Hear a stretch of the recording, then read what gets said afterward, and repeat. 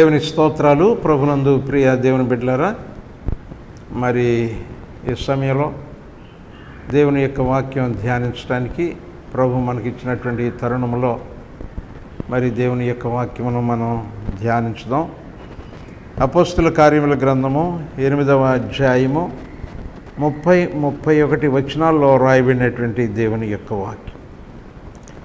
ఫిలిప్పు దగ్గరకు పరిగెత్తుకొని పోయి అతడు ప్రవక్త అయిన యెషయా గ్రంథము చదువుచుండగా విని, నీవు చదువునది గ్రహించుచున్నావా అని అడుగగా, అతడు ఎవడైనను నాకు త్రోవ చూపకుంటే ఎలాగూ గ్రహింపగలనని చెప్పి రథము ఎక్కి తనతో కూర్చుండమని ఫిలిప్పును వేడుకొనెను.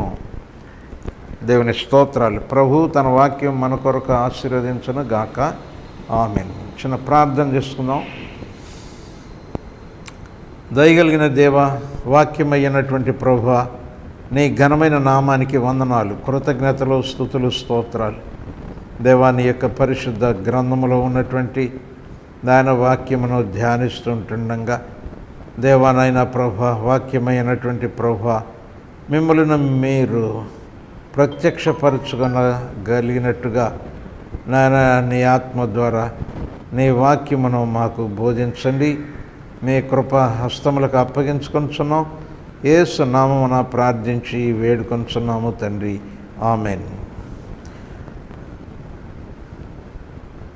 అపోస్తుల కార్యములు 8వ అధ్యాయంలో మనము ఆదిమ సంఘములో మరి క్రైస్తవ విశ్వాసులు, అపోస్తులు తప్ప అనగా 12 మంది ఆ యొక్క అపోస్తులు, మత్తయి అనేటటువంటి ఆయన్ని 12వ స్థానంలో ఏర్పాటు చేసుకున్నారు.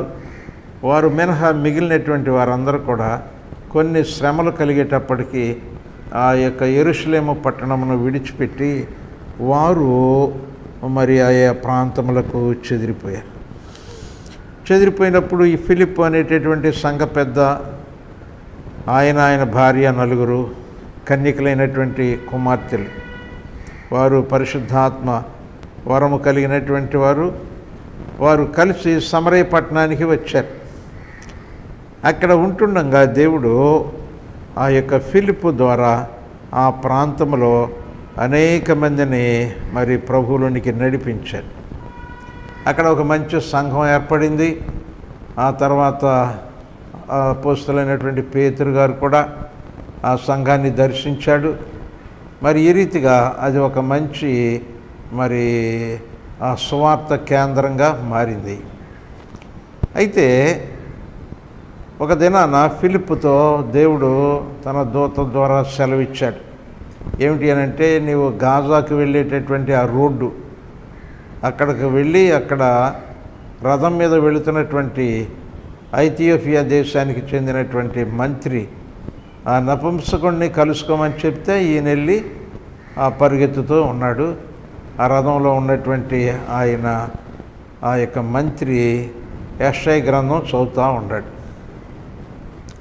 అయితే ఈ యొక్క ఫిలిప్పు అతన్ని పలకరించి నీవు చదువునది గ్రహించుచున్నావా అని అడిగితే అప్పుడు ఫిలిప్పు ఏమంటున్నాడంటే, ఎవడైనను నాకు త్రోవ చూపకుంటే ఎలాగూ గ్రహింపగలను.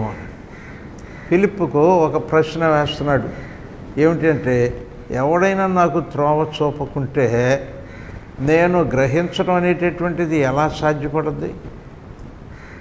కాబట్టి నాకు త్రోవ చూపేటటువంటి వారు కావాలి.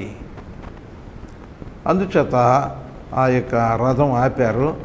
ఆపిన తర్వాత ఆ యొక్క రథంలోనికి ఈ ఫిలిప్పు ఎక్కి కూర్చున్నాడు. రథం ముందుకు కొనసాగుతూ ఉంటుండగా ఆ యొక్క లేఖన భాగము చదివి వినిపించి, ఇదిగో వదకు తేబడినటువంటి ఆ గొర్రె పిల్ల మానవుల పాప పరిహారార్థమై సిలువలో మరి బలియాగమైనటువంటి యేసుక్రీస్తు ప్రభువే అని చెప్పి ఆయన దేవుని కుమారుడయ్యుండి పాపులమైనటువంటి మన కొరకు సిలువలో ఆయన తన ప్రాణమును పెట్టాడు అనేటటువంటి సంగతి అతనికి తెలియజేసినప్పుడు అప్పుడేమైందంటే, అతడు నేను యేసుక్రీస్తు దేవుని కుమారుడిని విశ్వసిస్తున్నాను, నా పాపముల నిమిత్తము ఆయన పాప పరిహార బలి అయ్యాడని విశ్వసిస్తున్నాను. నేను నా పాపములను ఒప్పుకొని నేను రక్షణ పొందాలని తీర్మానం చేసుకున్నాను అని అతడు తన యొక్క సంపూర్ణ సంసిద్ధతను తెలియజేసిన తర్వాత మరి ఆ యొక్క ఫిలిప్పు అతనికి ఆ యొక్క దారిలోనే ఒక నీటిలో ఒక నీళ్ళు ఉన్నటువంటి ఒక చెరువు దగ్గర అతనికి బాప్తిసం ఇచ్చారు. అప్పుడు ఈ యొక్క మంత్రి ఎంతో సంతోషంతో రథం ఎక్కి అతడు ఐథియోపియా దేశానికి వెళ్ళిపోయాడు. అక్కడ ప్రజలందరికీ ఆ యొక్క రక్షణ సువార్తను ప్రకటించాడు. ఫిలిప్పు వెనక్కి తిరిగి వచ్చి అయితే బైబిల్లో ఒక మరి ప్రశ్న నిలబడి ఉన్నది. అదేమిటి అని అంటే, ఎవడైనను త్రోవ చూపకుంటే ఎలాగూ గ్రహింపగలను అనేటి. ఈ లోకంలో దేవుని గురించినటువంటి విషయాలు అవన్నీ కూడా చదివేటటువంటి వారు ఎక్కువగా ఉండారు. దైవిక విషయాలు మరి చదువుకునేటటువంటి వాళ్ళు, సంగతులు తెలుసుకునేటటువంటి వారు ఉన్నారు. అయితే వారికి ఒక త్రోవ చూపేటటువంటి వ్యక్తి ఉంటే వారు దాని యొక్క గూఢార్థమును లేకపోతే ఆ వాక్యాన్ని అంగీకరించి ఆ వాక్య ప్రకారంగా జీవిస్తున్నటువంటి వారి యొక్క ఆ యొక్క అనుభవ జ్ఞానాన్ని ఇంకా మిగిలినటువంటి వాళ్ళు పంచుకోగలుగుతారు. కొన్ని సంవత్సరాల క్రితం 1985 సంవత్సరంలో మరి చెన్నై పట్టణం, అప్పుడు మద్రాసు అనేవాళ్ళు, అక్కడ ఒక వారం రోజులు మిషనరీలతో కూడా ఉండి ఆ తెలుగు వారి మధ్య సువార్త ప్రకటించడానికి అమెరికా నుంచి వచ్చినటువంటి మిషనరీలకు ట్రాన్స్లేటర్గా వెళ్ళింది. అప్పుడు ఆయన్ని ఒక ప్రశ్న అడిగాను. ఏమిటి అని అంటే, మా దేశం నుంచి చాలామంది వస్తూ ఉంటారు, మీ దేశం అనేక దేశాల నుంచి అమెరికాలో ఉద్యోగాల రీతిగా వస్తూ ఉంటారు, మరి వారి పట్ల మీరేం చేస్తారు, మరి వారికి మీరు దేవుని యొక్క సువార్తను అందిస్తారా అని అడిగితే ఆయన ఏం చెప్పాడంటే, మొట్టమొదట వారితో ఒక క్రైస్తవుడు ఎలా మరి నడుచుకుంటాడో, క్రిస్టియన్ బిహేవియర్ అనేటటువంటిది ఎట్లా ఉంటుందో వారు మా యొద్ద నుండి వారు అబ్జర్వ్ చేస్తారు, తెలుసుకుంటారు. ఒక క్రైస్తవుని యొక్క నడవడికకు, క్రైస్తవుడు కానటువంటి వాని యొక్క నడవడికకు తేడా వారు గమనిస్తారు ముందు.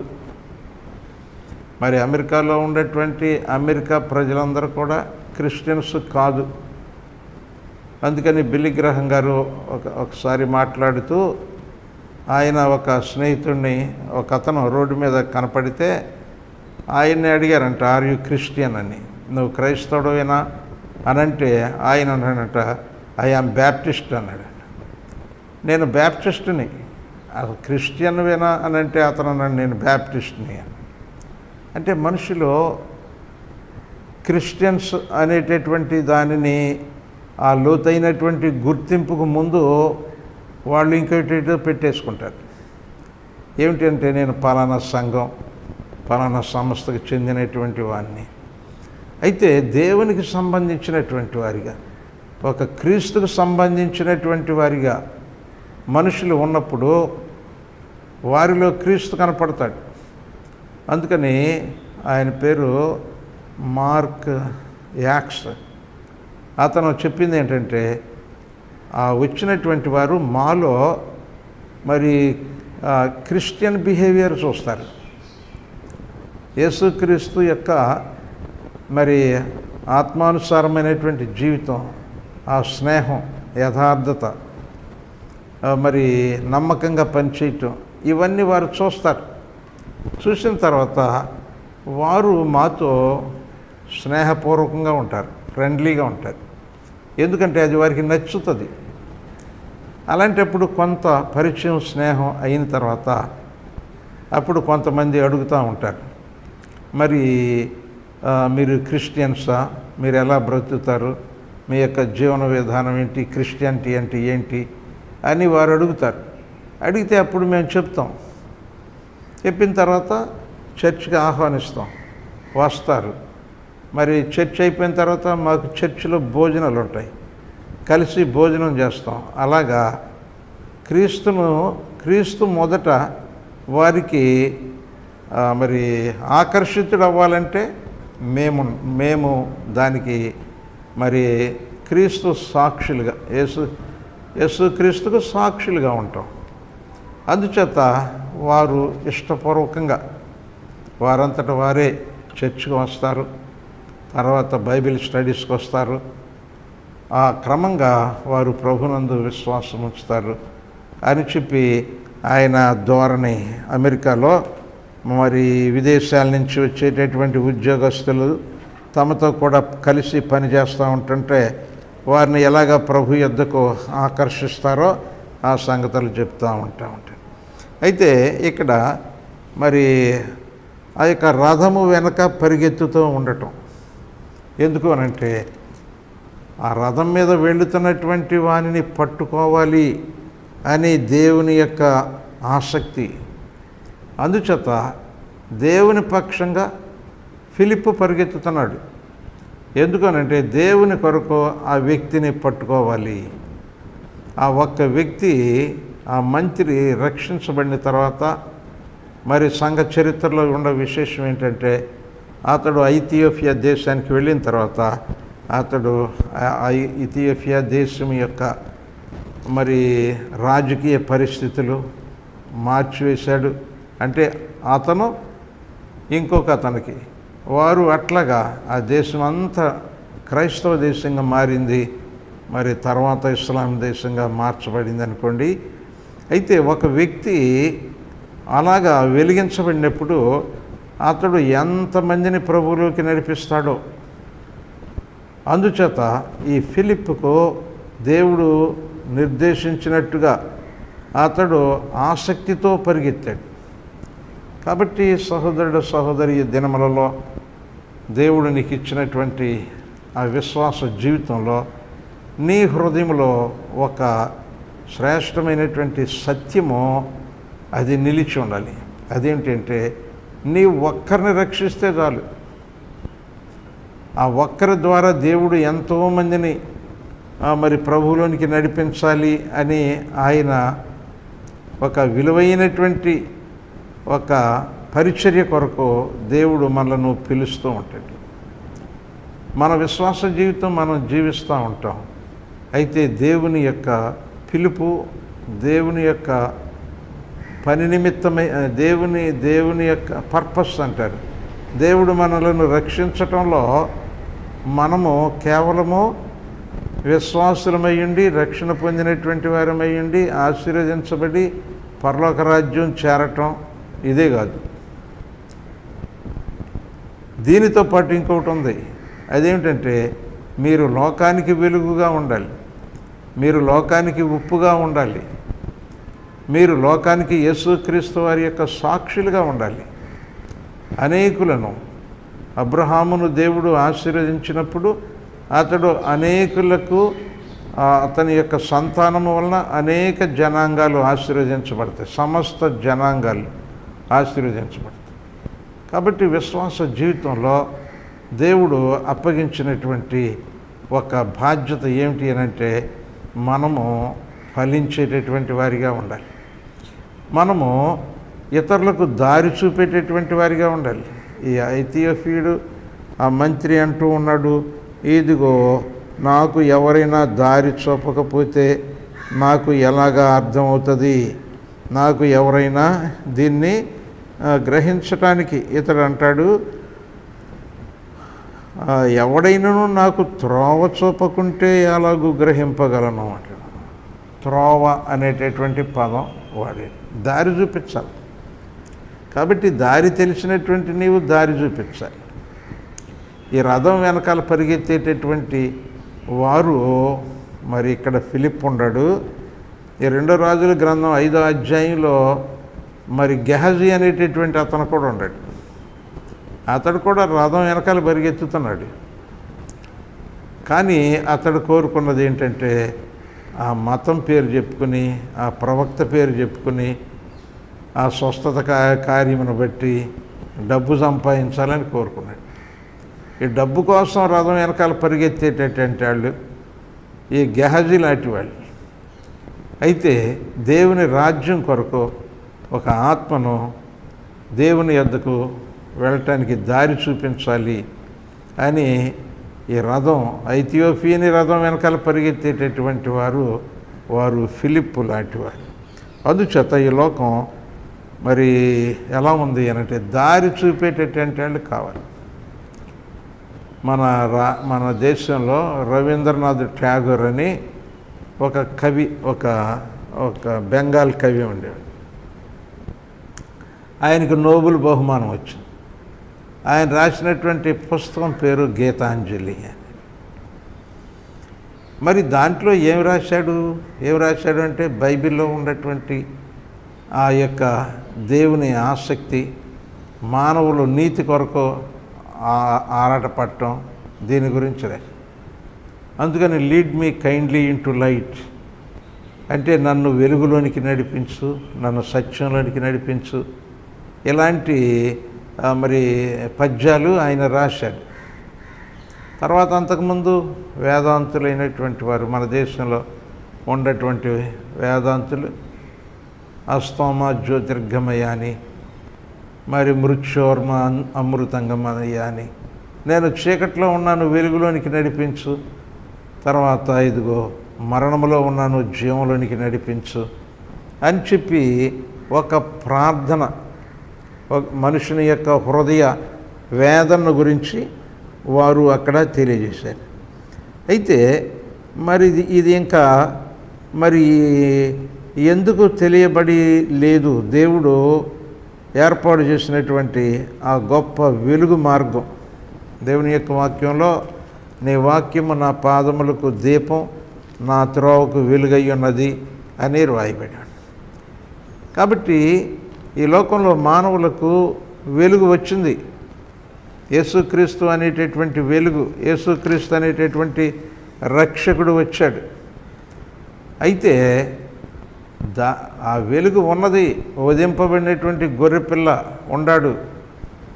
కానీ యేసుక్రీస్తే వధింపబడినటువంటి గొర్రెపిల్ల అనేటటువంటి సత్యాన్ని లోకానికి తెలియజేసేటటువంటి మార్గదర్శకులు అనేటటువంటి వారు లేకుండా పోవటం వలన ఇంకా అనేకులు వారి యొక్క పాపము నుండి విడుదల పొందటానికి మార్గాన్ని వెతుకుతూనే ఉండాలి.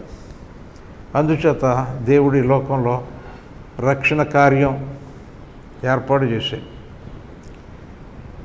మీరు సర్వలోకమునకు వెళ్ళి సర్వసృష్టికి నీ సువార్తను ప్రకటించండి అని చెప్పాడు. అయితే క్రైస్తవ సమాజం ఏదో సభలు పెట్టి బోధించటం, సంఘంలో బోధించటం, ఇలాగా కొన్ని కార్యక్రమాల ద్వారా చేస్తున్నారు, మంచిదే. అయితే దేవుడు ప్రతి వ్యక్తిని కూడా మరి ఆ రక్షణ మార్గం తెలియనటువంటి వారికి రక్షణ మార్గం తెలియజేసేటటువంటి ఒక సాధనంగా వాడుకోవాలి అని దేవుడు ఆశపడతా ఉన్నాడు.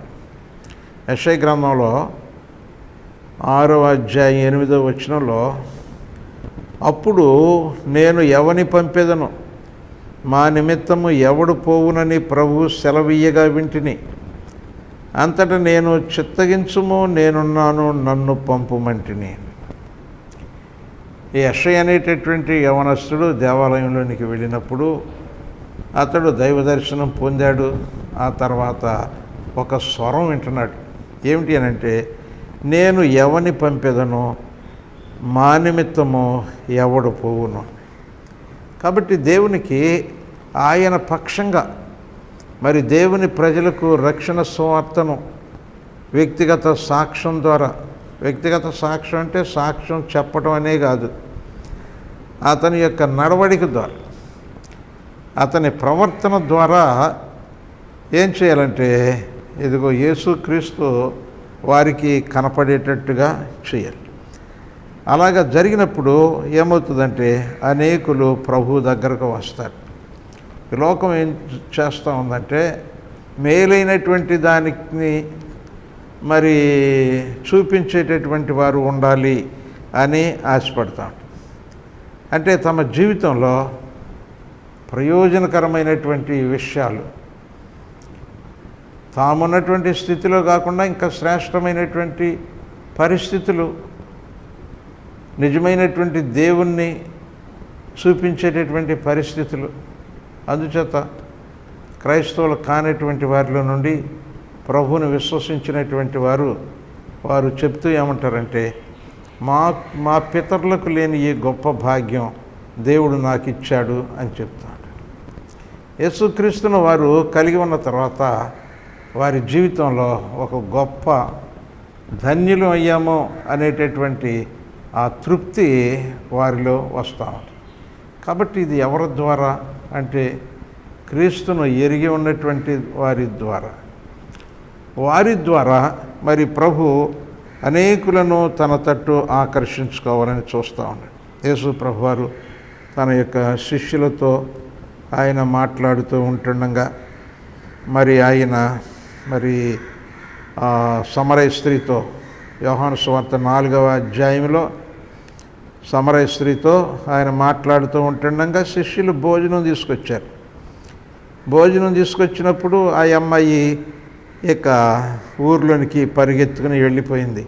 ఊరళ్ళందరినీ త్వరగా తీసుకురావాలి, లేకపోతే మళ్ళీ ఈయన మరొక దారిని వెళ్ళిపోతాడేమో, నేను ఈ యొక్క మెస్సయ్యను చూశాను, మరి నేను చేసినవన్నీ నాతో చెప్పినవన్నీ చూశాను, ఎంత గొప్ప మెస్సయ్యను, ఈ ప్రభువుని మా ఊరు వారి అందరికీ తెలియజేయాలి అని చెప్పి ఆమె ఊరిలోనికి పరిగెత్తింది.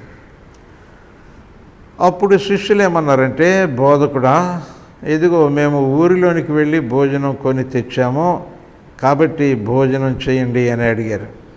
అప్పుడు ప్రభు అన్నాడు, 32వ వచనం, భుజించుటకు మీకు తెలియని ఆహారము నాకు ఉన్నది అని.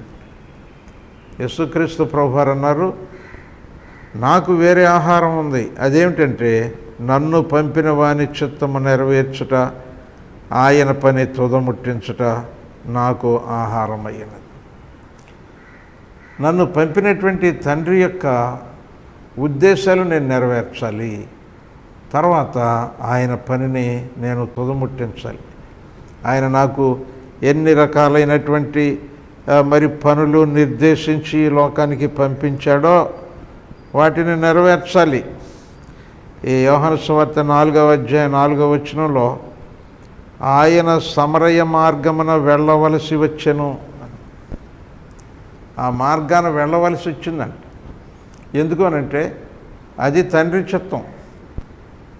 ఆ సుకారు గ్రామంకి రక్షణ ఇవ్వటం తండ్రి చిత్తం. అక్కడ దేవుని యొక్క వాక్యం ప్రకటించటం, ఆ సమరయ స్త్రీతో మాట్లాడటం, తనను తాను మెస్సయ్యగా ప్రత్యక్షపరచుకోవటం, ఇదంతా దేవుని యొక్క చిత్తము. అందుచేత ఆయన సమరయ మార్గమున వెళ్ళవలసి వచ్చెను. అలాగే మనము లోకస్వార్త 19వ అధ్యాయంలో మనం చూసినట్లయితే యేసుక్రీస్తు ప్రభువారు పుట్టి జక్కయ్య ఆ దాగి ఉన్నటువంటి ఆ యొక్క చెట్టు దగ్గరకు వచ్చి ఆయన కొమ్మల మీద ఉన్నటువంటి ఆ యొక్క జక్కయ్యను చూసి ఏమంటాడు, జక్కయ్య త్వరగా దిగు, నేడు నేను నీ ఇంట ఉండవలసి ఉన్నది. నాకు ఒక బాధ్యత ఉంది, నీ ఇంట ఉండాలి. ఇవాళ నీ ఇంటికి రావాలి, ఆ యొక్క తండ్రి చిత్తము నెరవేర్చడానికే వచ్చాను, ఆయన పని తుదముట్టించడానికి వచ్చాను అని చెప్పి ఆయన ఈ లోకంలో ఉంటుండగా ఆయన తనను పంపిన తండ్రి యొక్క ఉద్దేశం నెరవేర్చడానికి ఆయన ఎక్కువ ఆసక్తి కలిగి ఉన్నాడు. ఈ లోకంలో విశ్వాసులుగా, క్రైస్తవులుగా, రక్షించబడినటువంటి వారిగా మనం జీవిస్తున్నాము అని అంటే మనలను దేవుడు తన ఉద్దేశం నెరవేర్చేటటువంటి వారిగా ఉండటానికి మనలను ఇక్కడ ఉంచాడు. అందుకని ఒక దైవజనుడు ఏమన్నాడంటే, నువ్వు ఆయన ఉద్దేశం నెరవేర్చకపోతే అసలు ఇక్కడ ఉండటం అనవసరం, తీసేస్తాడు దేవుడు అని. కాబట్టి దేవుడు మనకిచ్చినటువంటి రక్షణ, మరి మనకిచ్చినటువంటి ఆ యొక్క వెలుగు, మనలను లోకానికి వెలుగుగా వెలిగించినటువంటి ఆ యొక్క సంకల్పం, ఆ ఉద్దేశం ఏమిటి అని అంటే మనం లోకాన్ని వెలిగించేటటువంటి వారిగా ఉండాలి. మేము హై స్కూల్లో చదువుకునేటప్పుడు ఒక ఇంగ్లీష్ పద్యం ఉండేది. ఆ పద్యం రాసినటువంటి ఆయన ఇంగ్లాండు కవి. ఆయన ఒక పద్యం రాశాడు. ఏమిటి అని అంటే, పాలస్తీనాలో ఒక జ్యోతి ఉదయించింది, అది ఇంగ్లాండ్ను వెలిగించింది, ఆ వెలుగును తీసుకొని మేము ప్రపంచం అంతా వెలిగిస్తున్నాము అని రాశాడు. కాబట్టి ప్రపంచం అంతా ఇంగ్లాండ్ దేశం పరిపాలన చేసింది. ఇంగ్లాండ్ దేశము మరి రవి అస్తమించని గొప్ప సామ్రాజ్యంగా, చిన్న దేశం అయినప్పటికీ ప్రపంచాన్ని పరిపాలించింది. వారు పరిపాలించినటువంటి స్థలం అన్నిట్లోనికి యేసుక్రీస్తు ప్రభువారి యొక్క సత్య సువార్త ధారాళంగా ప్రసరించేటట్టు, దానిని బట్టి ప్రపంచ దేశాలన్నీ మరి అజ్ఞానపు కాలాలను జయించుకుని రాజరకాలు, రకరకాలైనటువంటి ఆ యొక్క మూఢభావాలతో జీవించేటటువంటి ఆ యొక్క ఆ ప్రభుత్వాలు, ఆ ప్రజలను, వారందరినీ కూడా వెలుగులోనికి నడిపించారు. ప్రజాస్వామ్యం వచ్చేసేసింది. ఇలాగా లోకాన్ని వెలిగించేటటువంటి ఒక గొప్ప వెలుగు మరి దేవుడు మరి సిద్ధపరిచి ఉంటుండగా, మరి ఆయన బిడ్డలైనటువంటి వారు ఎల్లప్పుడూ కూడా ఎదుగో లోకాన్ని వెలిగించడానికి దేవుడు నన్ను నియమించాడు, తర్వాత బాధ్యత నాకు ఉన్నది. ఈ దినాన్న నేను ఒక వ్యక్తికి ఈ వెలుగును చూపించాలి, ఈ మార్గం చూపించాలి, ఈ దారి చూపించాలి. యేసుక్రీస్తు ప్రభువారు ఈ యొక్క శిష్యులతో మాట్లాడుతూ 35వ వచనం, ఇంకా 4 నెలలైన తర్వాత కోతకాలము వచ్చునని మీరు చెప్పుదురు కదా, ఇదిగో మీ కన్నులెత్తి పొలములను చూడుడి, అవి ఇప్పుడే తెల్లబరి కోతకు వచ్చినవని నీతో చెప్పుచున్నాను. విత్తువాడును కోయివాడును కూడా సంతోషించినట్లు కోయివాడు జీతము పుచ్చుకొని నిత్య జీవార్థమైన ఫలము సమకూర్చుకొనుచున్నాడు. విత్తువాడొకడు కోయివాడొకడు అన్న మాట ఈ విషయంలో సత్యమే. మీరు దేనిని గురించి కష్టపడలేదో దాన్ని కోయుటకు మిమ్మల్ని పంపితిని. ఇతరులు కష్టపడిరి, మీరు వారి కష్టము ఫలములో ప్రవేశించుతున్నారు అని చెప్పాను. కాబట్టి ఈ కాలంలో జీవిస్తున్నటువంటి నీకు నీవే ఒక బాధ్యత కాదు. నిన్ను గురించి ఏం జరుగుతూ ఉంది అని అంటే, ఇదిగో ఇతరులు కష్టపడి సిద్ధపరిచినటువంటి దానిలో నీవు పాలిభాగస్తుడవ్వాలి. ప్రభునందు ప్రియ విశ్వాసి, ఈ లోకంలో భారతదేశాన్ని దేవుడు మనకి అప్పగిచ్చాడు. అయితే క్రైస్తవ జీవితం అనేటటువంటిది కొంచెం కింద మంచం కింద పెట్టుకునేటటువంటిది కాదు, కానీ అది రథాల వెనకాల పరిగెత్తేటటువంటిది. గెహజీ వలె కాదు, కానీ కొంతమంది గెహజీ వలె పరిగెత్తే అవకాశాలు ఉంటాయి. అయితే అలాగా కాదు, కానీ ఇదిగో ఒక ఆత్మీయ తృష్ణ కలిగినటువంటి వారిని తృప్తిపరచడానికి, అతనికి దారి చూపించడానికి దేవుడు పంపినటువంటి వాని వలె దేవుడు నన్ను నియమించాడు అన్నట్లుగా ఒక బాధ్యతాయుక్తంగా ఉండాలి. అపోస్తలుడైన పౌలు ఆయన యెరూషలేము నుండి రోమాపట్నమునకు ఆయన ఓడలో కొనిపోబడబోతూ ఉంటుండగా అప్పుడు ఆ ఓడ గొప్ప ప్రమాదమునకు గురి అయింది. అయితే ఆ పౌలు ఆ ఓడలో ఉన్నాడు. మరి మిగిలినటువంటి వారందరూ కూడా వారు రోమా సైనికులు, తర్వాత కొంతమంది ఖైదీలు ఇలాగా ఉండాలి. అయితే ఓడలో ఉన్నటువంటి వారి అందరిలో యేసుక్రీస్తును ఎరిగినటువంటి వాడు ఎదుగు అపోస్తలుడైన పౌలు. ఈ ఓడ మునిగిపోబోతూ ఉంది. అయితే ఈ పౌలు ఆ ఓడ నాయకునితోటి, సైన్యాధిపతితోటి మాట్లాడుతూ ఆయన ఏమన్నాడంటే, నేను ఎవని వాడనో ఎవరిని సేవించుచున్నానో ఆ దేవుని దూత గడిచిన రాత్రి నా యొద్ద నిలిచి, సౌలా భయపడకుము, నీవు కైసరు ఎదుట నిలువవలసి ఉన్నది. ఇదిగో నీతో కూడా ఓడలో ప్రయాణమైపోవచ్చున్న వారందరినీ దేవుడు నీకు అనుగ్రహించి ఉన్నాడని నాతో చెప్పెను. దేవుని స్తోత్రం. ప్రభు తన వాక్యం మన కొరకు ఆశీర్వదించును గాక. ఆమెన్. ప్రార్థన. ప్రేమగల తండ్రి, పరిశుద్ధుడా, మీకు వందనాలు. అనేక రీతులుగా ప్రభా నాయన నీ యొక్క రక్షణ స్వార్థను ప్రజలకు అందిస్తూ ఉంటుండగా నాయన ప్రభా, నీవు ఏ రీతిగా నడిపిస్తావో ఆ మార్గాన నాయన మీరు ఇచ్చినటువంటి అవకాశాలను బట్టి అనేకులకు నిన్ను నాయన పరిచయం చేయటానికి దేవానైనా అనేకులు నిన్ను ప్రభువుగా పొందగలగటానికి నీ పాత్రల వలె మమ్మలను వాడుకొనండి. ఈ యొక్క పరిచర్య ఫలింపచేయండి. యేసును ప్రార్థించి వేడుకొనుచున్నాము తండ్రి. ఆమెన్.